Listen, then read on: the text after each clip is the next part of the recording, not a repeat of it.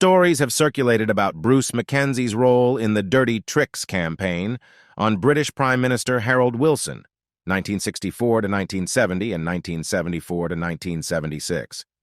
Rogue elements in the security services were on the onslaught against Harold Wilson, the Labour leader, leading to his resignation. Harold Wilson invited two BBC journalists to his house and secretly narrated the plot 5 weeks after his resignation.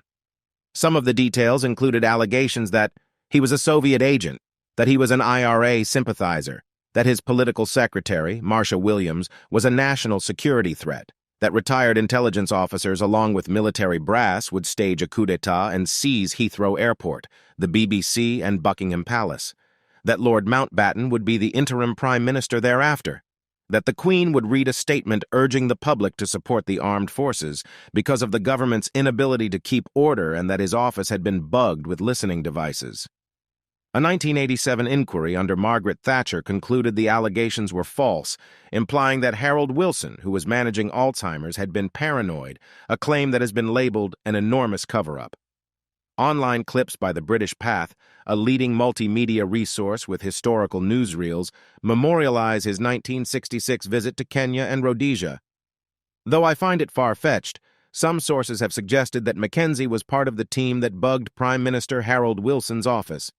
What I find plausible is that he may have been privy to the Dirty Tricks plot. The circumstances of the Kenya government million-acre scheme, Bruce's, and the government's, agitation for more funding, and his connections to the British intelligence may have made him an unwitting or opportunistic player, but those are just my subjective musings.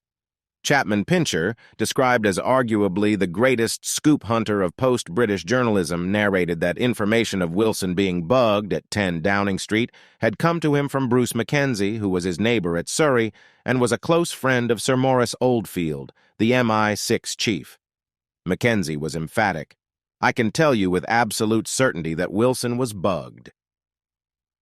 Details of the link between Mackenzie and Lieutenant Colonel David Stirling, the founder of the Special Air Services, SAS, are scanty, though it is recorded that in 1966, Stirling, who lived in Kenya and Rhodesia between 1947 to 1959, was enlisted by the Kenyan government to parley with the British government a training program for Kenya's special forces, including the paramilitary General Service Unit. With Mackenzie's friendship, he got the job. Chapman Pincher narrated how he had first met Stirling at Mackenzie's house in Kenya, but that Stirling, who was playing an eccentric version of snooker, was cagey about his activities. Stirling wrote a paper on the training of Kenyan forces, which later formed the basis for their training by the SAS.